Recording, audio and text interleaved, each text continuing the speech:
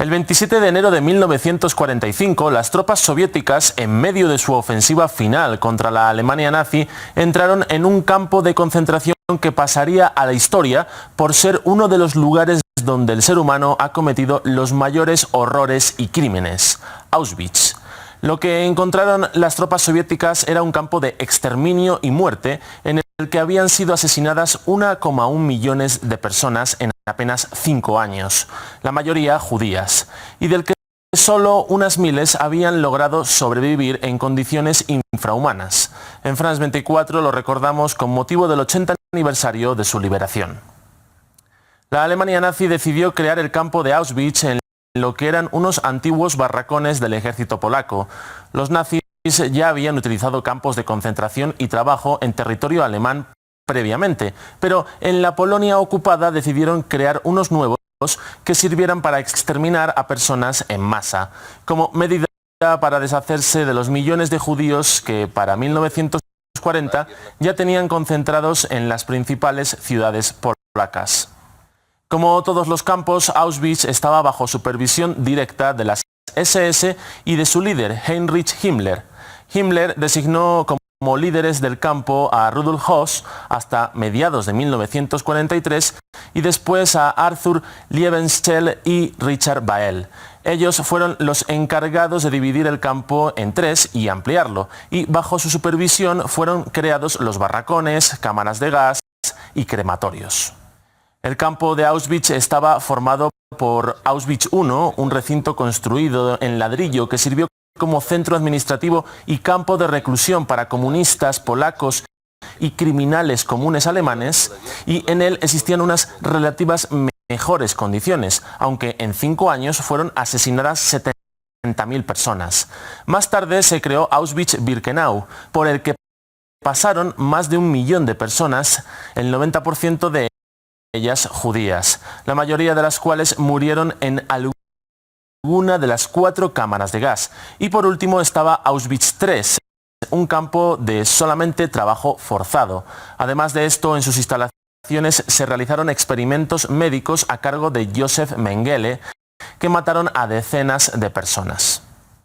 Después de que Hitler decretara en 1942 la llamada solución final para exterminar a todo el pueblo judío en Europa, Auschwitz se convirtió en un centro de llegada para cientos de miles de judíos. Algunos de ellos eran seleccionados por personal de las SS para realizar trabajos forzados, aunque la mayoría, especialmente las mujeres, los niños y los adultos mayores, eran enviados directamente a cámaras de gas para ser asesinados y posteriormente cremados.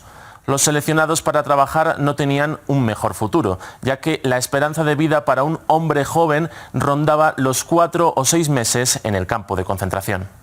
La mayoría de imágenes que nos quedan de Auschwitz y las que hemos visto en este programa son tras la liberación de los soviéticos en 1945 y muestran el panorama que se encontraron al llegar, pero apenas quedan documentos visuales del periodo de dominio nazi debido a que muchos fueron destruidos por ellos mismos.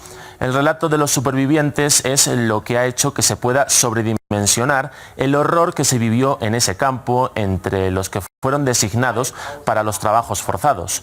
Relatos como el del libro Si esto es un hombre, del escritor italiano Primo Levi, quien era comunista y judío y estuvo 11 meses en Auschwitz, han ayudado a preservar la memoria de lo ocurrido. Los exterminios se aceleraron las semanas previas a la llegada de los soviéticos, y cuando estos arribaron a Auschwitz se encontraron un panorama desolador. Los miles de supervivientes vagaban sin rumbo en un estado famélico y miles de cadáveres se apilaban en todos los rincones del campo. Ellos fueron los primeros en mostrar al mundo estos horrores. Los aliados sabían de la existencia de estos campos de exterminio, pero nunca dimensionaron su gravedad hasta que pudieron entrar a ellos. Aunque en un principio Stalin quiso destruir Auschwitz, los propios supervivientes pidieron que se mantuviera para recordar el crimen. Rudolf Höss, el primer jefe del campo, fue capturado por los británicos en 1945, compareció en los juicios de Nuremberg y fue ejecutado en la horca frente a una cámara de gas en Auschwitz en 1947.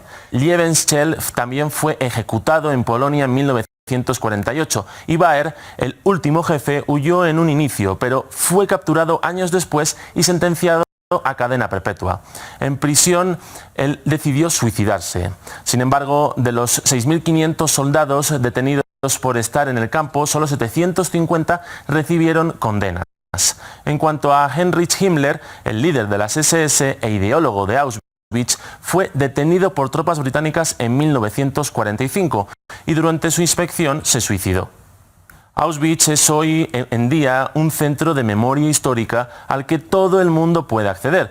Se ha convertido en la representación del horror del Holocausto cometido por los nazis y su principal objetivo es luchar contra las teorías negacionistas, infundadas y totalmente falsas, y lograr que 80 años después y durante mucho tiempo más no se olviden las atrocidades que se cometieron allí.